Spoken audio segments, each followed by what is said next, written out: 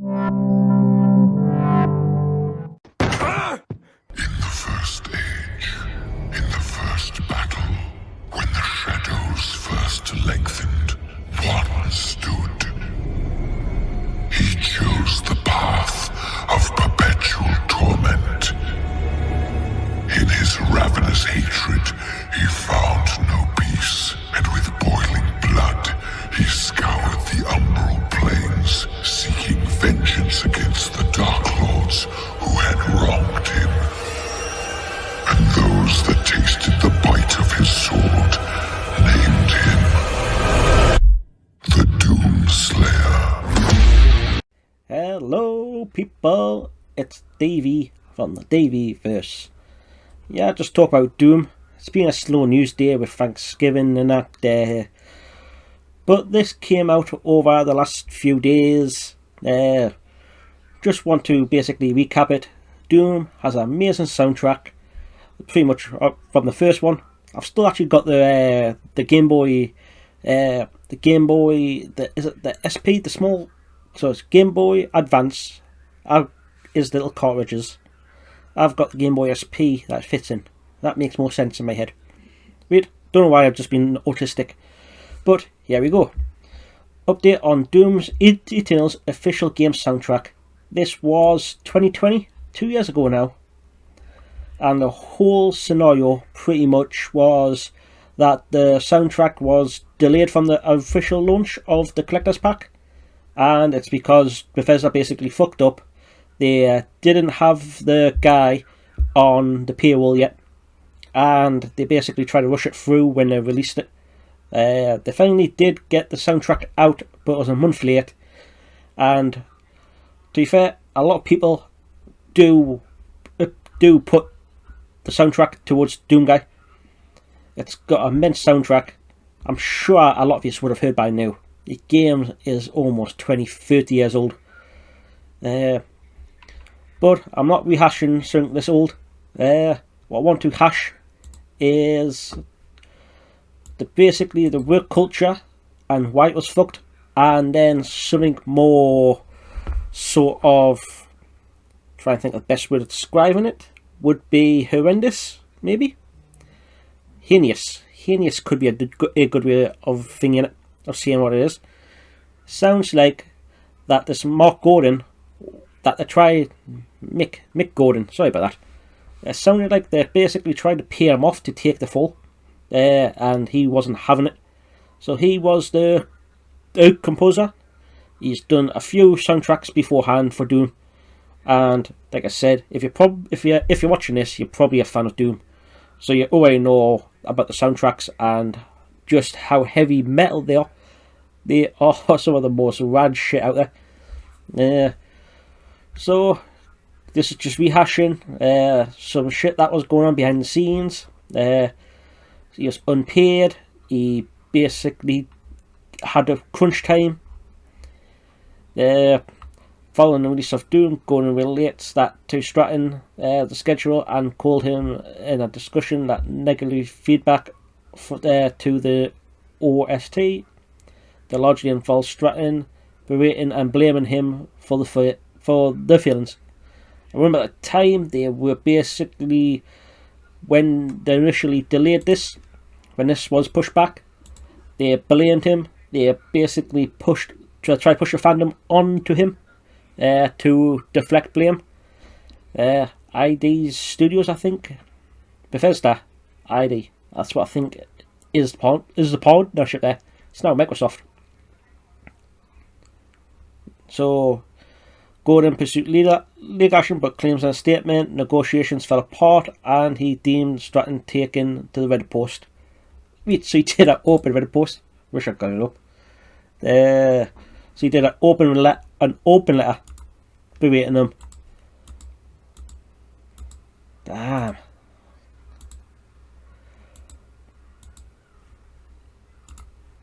Wait.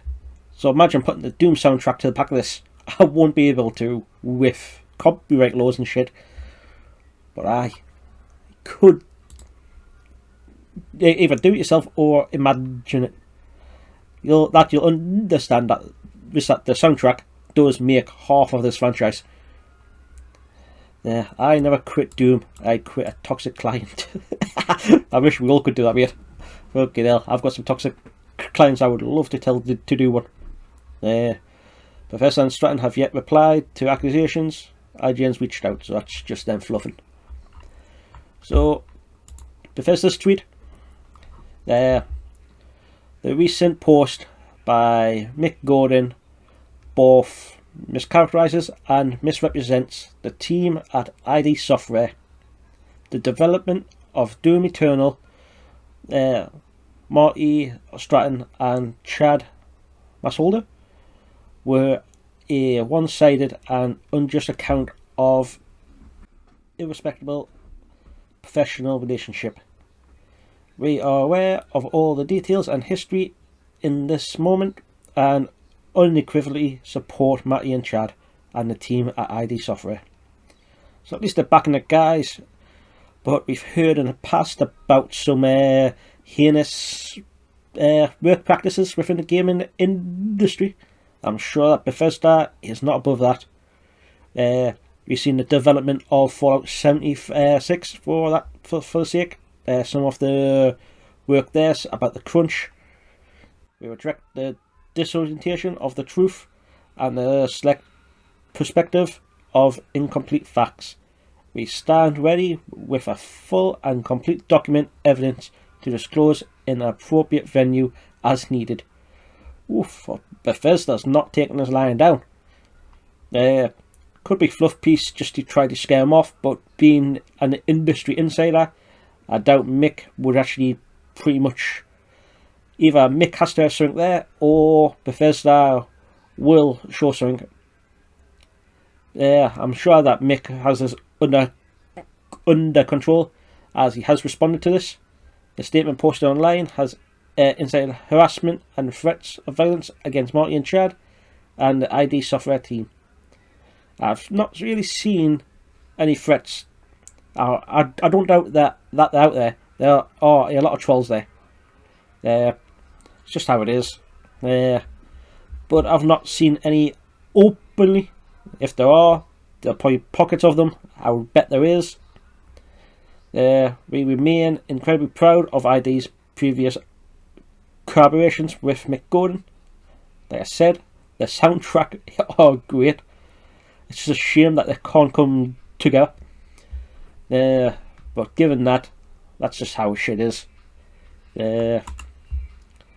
So Bethesda just going rejecting the statements from SN, so it's a bit one-sided. The guy's got thick things with Mick. I agree with that. Like, that's probably the most common sense thing I've heard. Shit happens. That's how it is. So it says Mark Gordon's the statement he has produced.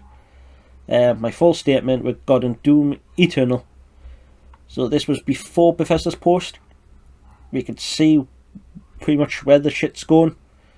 The statement is issue response to ID Software Marty Stratton's Doom Eternal OST open letter.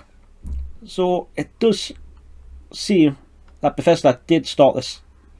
They started this beef openly, publicly has done this. Even though it's 2 years, it was 2 years back now. There'll probably be some legal back action, and it seems like Mick Gordon's just had enough. Marty lied about the circumstances surrounding Doom Eternal soundtrack and used disinformation and innuendos to blame me entirely for his failure. After he offered me a 6-figure settlement to never speak about it again. So that'll be an NDA. I think a few people now would have probably signed them in the past. An NDA pretty much restricts you to speak on certain subjects or about certain things. So you could sort of skirt around this. There might be things that you can't talk about behind the scenes of it, but you can talk about it. So it'll be interesting to know what that NDA would be. But he's probably broke it, I would say, because I can't see a gaming studio as big as Bethesda, owned by Microsoft, to basically have loopholes that would allow them to do something like this. But you must have something to believe just to break an NDA like this, especially if it's 6 figures. Could be 100 grand, could be 999 million, not 9 million, man. Christ, autism, 999,000. Marty's Reddit posts several impacts both my professional and personal reputation. Dyslexia, apologise. In releasing a statement, I'm exercising my right to defend myself. See, these days the court of public opinion is probably bigger than the courts. Social media can roast you before you see a day of justice. Shame night, but you know how it is. It is a defence, not an unprovoked attack. Issue with the extreme reluctance only after other attempts to resolve the matter have failed. So it sounds like he's actually giving it a try. How much stock are taken to it? Do you trust a company or do you trust a guy? And always trust the guy first. Globalist company, Microsoft. Yeah, they have their vested interest at heart. This guy's just looking after that to defend himself. My gut's leaning towards Mick Gordon. Pointer to note. My response is lengthy and detailed to prevent vague statements from turning into rumours and speculations. Oops, that's what I'm doing, yeah. Wait, the statement is direct response to Marty's false accusations, and I will not name anyone outside these mentions in his open letter. So that might be the NDA coming in, sort of stopping him. Privacy to maintain anonymity of others. I have used collaborative nouns such as management, read so on. I worked as a contractor, not a staff employee. I didn't work for any clients. So this is where he's sort of seen he's get underpaid and that. I think he was underpaid like maybe a day's work or something. I'm isolated from development teams, living and working in a country on the other side of the planet. I rarely visit studios in person, and communication is maintained through emails and calls. Contracts are integral, nothing without signing an agreement. So that's sort of coming back into where Bethesda already promised the OST before they actually had Mark actually signed up. That was kind of failing on Bethesda. Video games music contracts in games, scores are budgeted in minutes. Lead developers calculate the expected length of the score at the beginning of the project and negotiate a per minute rate with the composer, which is written into the game's music contract. Doom Eternal contract budget was 142 minutes. I think that'd be actually interesting to sort of learn that. That sounds mental. Itinerary. Rewrite the in-game score as much as necessary until the client is happy.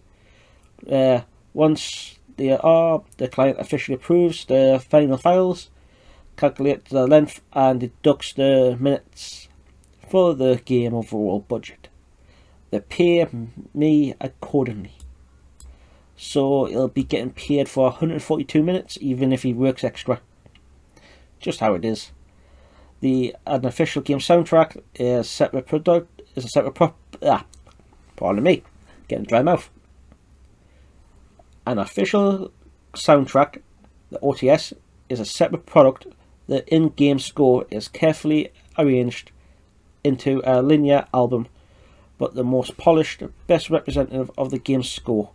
They work in highly involved and falls under a separate contract, which is fair enough. You're basically producing an album at that point.